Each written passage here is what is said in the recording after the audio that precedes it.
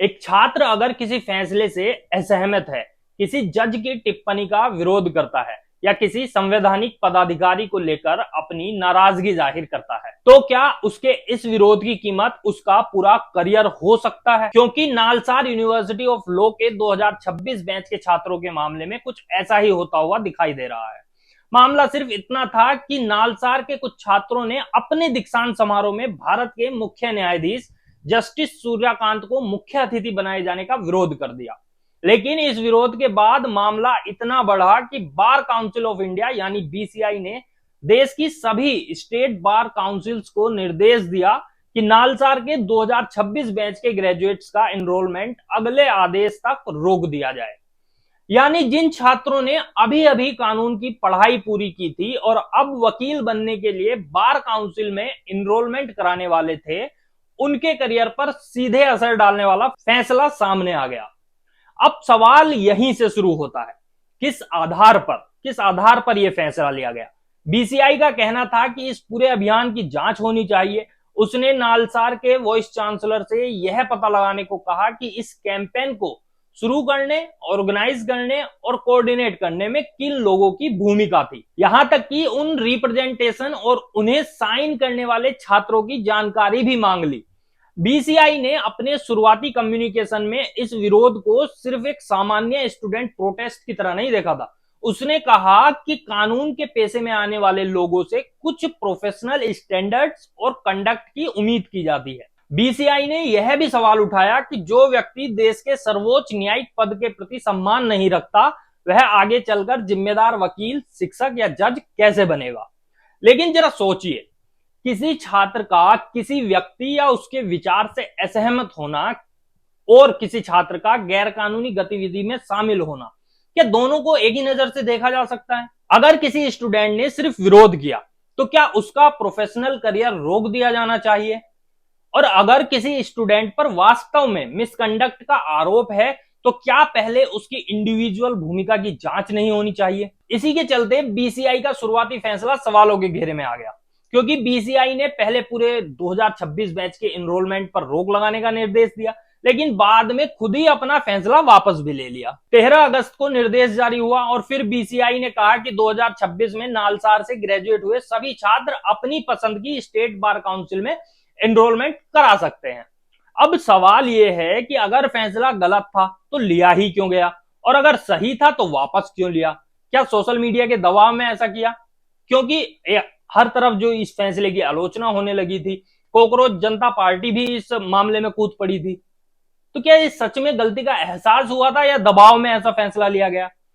और सिर्फ इतना ही नहीं, बीसीआई ने अपने रिवाइज्ड स्टेटमेंट में माना कि 2026 बैच के बहुसंख्यक छात्र निर्दोष थे और उन्होंने उस गतिविधि में हिस्सा लेने की इच्छा नहीं जताई थी। काउंसिल ने यह भी कहा कि किसी भी छात्र को बिना गलती के नुकसान नहीं पहुंचाया जाएगा। अब जरा इस सीक्वेंस को समझिएगा। पहले एनरोलमेंट पर रोक लगा दिया गया, फिर कहा गया कि जांच होगी, फिर माना गया कि ज्यादातर जो छात्र हैं वो निर्दोष हैं, और फिर एनरोलमेंट रोक लगाने का फैसला वापस ले लिया गया। तो सवाल उठना लाजमी है, क्या इतने बड़े फैसले से पहले इंडिविजुअल जो स्टूडेंट्स हैं उनकी भूमिका तय नहीं की जानी चाहिए थी? यही नहीं, बीसीआई ने अब भी जांच का रास्ता भी खुला रखा है। उसका कहना है कि उसे कुछ क्रेडिबल सोर्स से जानकारी मिली है कि कुछ टीचर्स और बाहरी लोगों ने कथित तौर पर छात्रों को इस कैंपेन में शामिल होने के लिए उकसाया। मतलब अब जो पूरा मामला है वो शिक्षक और बाहरी लोगों पर डाल दिया। अब नालसार के वाइस चांसलर की जांच रिपोर्ट के बाद आगे की कार्यवाही तय जो है बीसीआई करेगा। मतलब अभी ये भी साफ नहीं है कि इस पूरे कैंपेन को वास्तव में किसने ऑर्गेनाइज किया था, कितने स्टूडेंट इसमें शामिल थे और उनकी भूमिका क्या थी। अब इसी बीच जो मामला सुप्रीम कोर्ट के सामने आया, तो सुप्रीम कोर्ट ने बीसीआई के शुरुआती कदम पर बहुत तगड़ी नाराजगी जता दी। सीजीआई सूर्यकांत ने सवाल उठाया कि बीसीआई को नालसार के छात्रों के भविष्य में दखल देने का अधिकार दिया किसने? उन्हें अधिकार ही क्या है छात्रों के भविष्य में बीच में दखल देने का? उन्होंने ये भी कहा कि छात्रों को विरोध करने का अधिकार है। अब इस पूरे मामले का सबसे जो इंटरेस्टिंग हिस्सा है वो यही है, कानून पढ़ने वाले छात्रों से हम संविधान समझने की उम्मीद करते हैं। उन्हें freedom of expression, fundamental rights और डेमोक्रेटिक इंस्टीट्यूशन के बारे में पढ़ाया जाता है। तो फिर सवाल है कि जब वही छात्र किसी संवैधानिक पदाधिकारी या न्यायिक टिप्पणी के खिलाफ अपनी असहमति व्यक्त नहीं कर सकते तो फिर कौन कर सकता है? बेशक अगर कोई छात्र धमकी देता, हिंसा करता, किसी को नुकसान पहुंचाता है या कानून तोड़ता है तो उसके खिलाफ कार्यवाही होनी चाहिए। लेकिन अगर मामला सिर्फ और सिर्फ विरोध और असहमति का है तो क्या प्रोफेशनल रेगुलेटर को सीधे उसके करियर पर असर डालने वाला कदम उठाना चाहिए था? वहीं दूसरी तरफ बीसीआई का भी अपना तर्क है।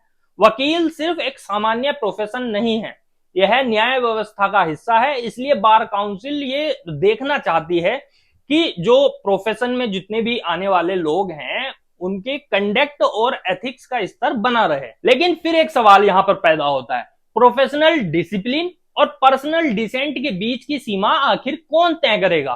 क्या किसी न्यायाधीश का सम्मान करना प्रोफेशनल ऑब्लिगेशन है लेकिन उससे असहमति जताना प्रोफेशनल मिसकंडक्ट?